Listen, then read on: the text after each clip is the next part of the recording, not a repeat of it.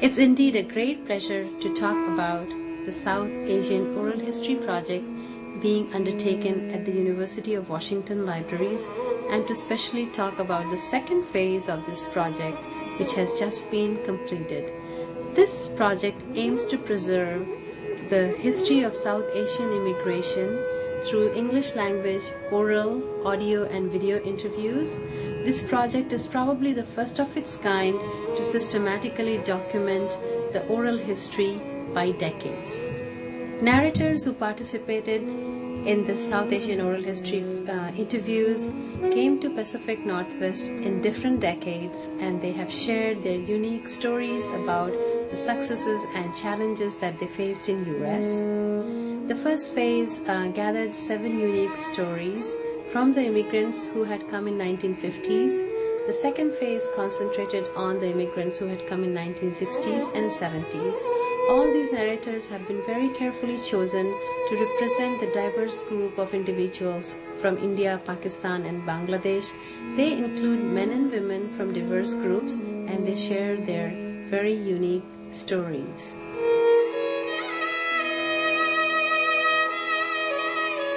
Asha and I got married on 24th of June in 1967. Again, sort of in January, when I decided that I wanted to leave into the United States, I sort of made the decision that we'll get married before I leave India. The first 3 months were very difficult. I don't know if I mentioned that to you. At the end of the first 3 months, I was called to the residency after that rotation at the University of Washington. I was called by the director of the residency program, and I was told that my performance is not up to the standard, and that I'm on probation, and that I may not have a position at the end of the year. Well, that's when I realized that, as soon as I walked out, I was naturally very shocked, a little misty-eyed. I was by myself, my wife wasn't here, and I started analyzing. I said, where did I go wrong? What did I do wrong? Professors are very, so I was thinking, all these professors, I showed this operation technique of doing this particular operation to a professor, and he was singing my praises, and I said, where did I go wrong? And then it suddenly dawned upon me that it must be that the chief resident has a major role. I thought it was just the professors. The chief resident has a major, his input is very important input, and I realized that was my problem. That was my downfall, because I had probably said that this guy does not know how to operate, maybe something like that. I said, because so anyway, I changed. That was I think where I learned my lesson, and I decided that from there on I will never talk against, not say any unkind words about to anyone. I can maybe tell my wife at home, but not to anyone over there. So that was a good thing for me. At the end of the year, all these various other places where I went, they gave a good and glowing report, and they offered me chief residency at the end of the year. So that's why I was very convinced and very that if in this country, if you deliver the goods and if they know that you can do it, they are very fair.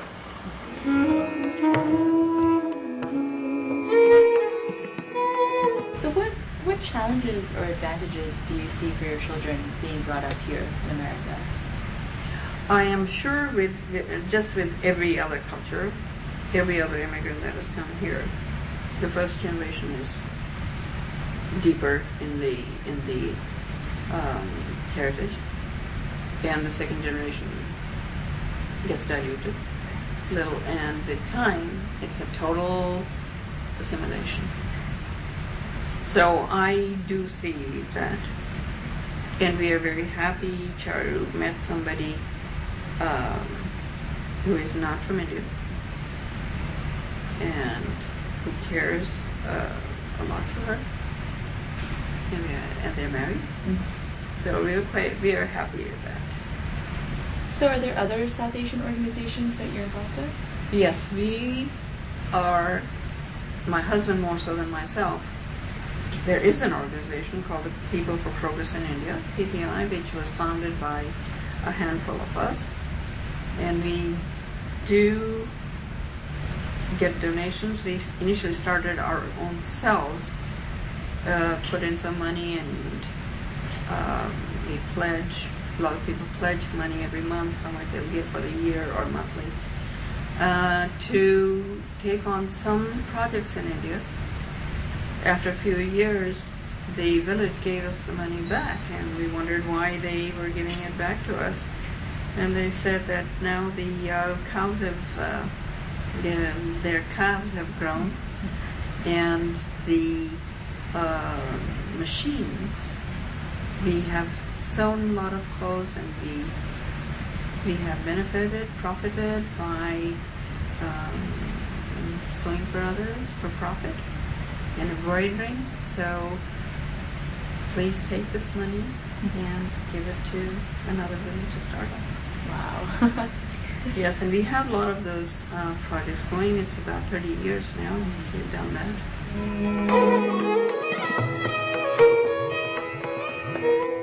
It was on the 16th of January 1948, and I was born in Bombay, and lived there until I left the country. So I was 27 when I left. But in 1979, 2 years after we got married, I quit my job and started my business. So I started the home building company, which is called Himalaya Homes. And we started that in 1979. And was that was in Spokane? In Spokane. And what was that transition like to go being your own boss? Oh, frightening. Because, it was not something that I did voluntarily, but the job that I had was not a very good job. The market had taken a turn for the worse in 79. And I found myself without a job. And the other interesting, I guess, trait, if you will, of Ismailis, of our little group, is we are predominantly businessmen. And like I said, from Kutch. So they are, as a group, they are banyas who have apparently a tremendous instinct for business. So it wasn't very difficult for me to start a business or to make it succeed. I enjoyed Spokane thoroughly. They have a builder association in Spokane of about, I think there were 400 builders in that group.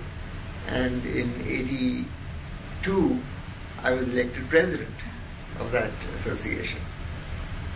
I think they used to have Builder of the Year, and for 5 years they selected me as their Builder of the Year. So once again, it's a peer selection, which makes it really, kind of a feather in my cap, I think, back at it. And I say, wow, that to be selected from a group of builders as somebody that they selected as being the one that they wanted to honor.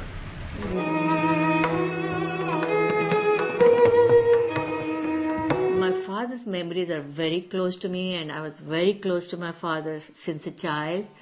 So in Mumbai, we had in the whole colony, I think it was called Shastri Nagar. I think my father was the only one who drove taxi. In 60s, to drive a taxi in Bombay was not regarded a very good, job.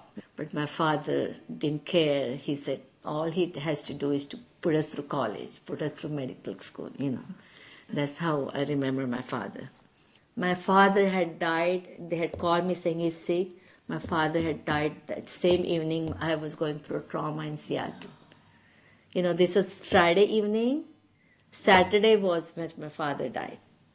And it was like a coincidence. I still feel in my heart like as if my father had knew what I was going through. And he just, he left this world. I still feel that way, I still feel that's how I felt. So we had decided, like I said, okay, I'm going to give him another chance. Maybe once we have children, things will, you always have a hope. And like I said, I had so many responsibilities. I had to either make it or break it, I will make this work. That's how I was determined, And so I became pregnant, I was finishing my residency. This was in 1980. And I said, oh my God, I'm going to go to Seattle and I don't have a job. And this man doesn't have a job. What should I do? Join army. I recruited myself. I went through recruitment. Wow. Join army. You won't believe it, what all I did for this family. And because I was pregnant, I didn't have to go through all the drill thing. So you didn't have to do the basic training? No, just the lectures. They had classroom lectures, you go attend classes every day. And then there was field exercise. I didn't have to go through any field exercise because I was pregnant. Did you feel welcome in that environment? Yes, yeah, it was, because there was a lot of foreigners there. But it was a new experience, believe me. It was a new experience. You had to learn ma'am and sir and all the formalities, army formalities. Today I feel very strong. Life taught me a lot. I learned a lot. But today I'm a very balanced person. All my tears have dried up. I feel very strong. I feel happy. My daughters have gotten good men in their life. They're very nice. They address me as I, which is the most important thing in my life. They see me as their mother. They have their own mother. They still respect me as a mom, which is a lot to me. Absolutely. My son, he's trying to get into dental school now. So he's come a long way. I would like to give something to my people in India. I would probably retire in 5 years if Vishal, I just have to work until Vishal gets out of school. In 5 years, if I work for 5 more years, I can retire with good, benefits and everything. That's one good advantage I have with this job because it's a federal job. And I want to give something to my society. I want to go and volunteer and spend some time in India. Like Baba Amte or Dr. Bang. I would definitely do that. Yeah. With wholeheartedly. If I have money, I would even spend that on giving it to poor. Really, I would do that.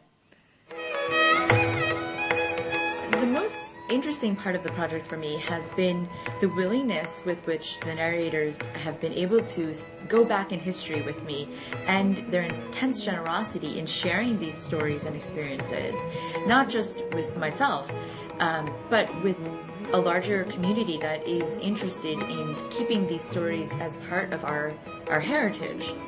As a child of Indian immigrants myself, I was often regaled with stories of my parents' childhood and early years in the United States, but certainly I never took the time maybe to carefully or systematically think through what the effects of that migration have been, not just on them as individuals, but on me, on my family, on the communities that they're part of.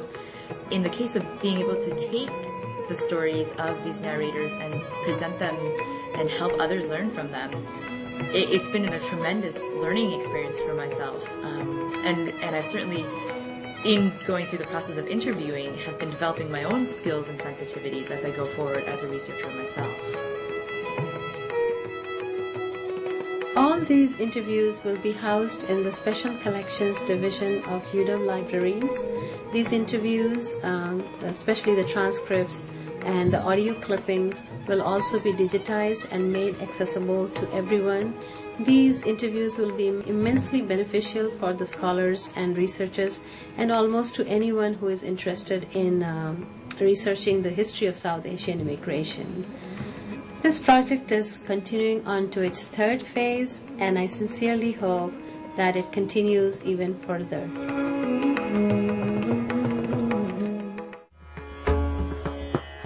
Tu kartar, tu aadhar, tu kartar, tu aadhar, tu hi parabrahma, tu hi parabrahma, jota jagat mein, tu hi charachar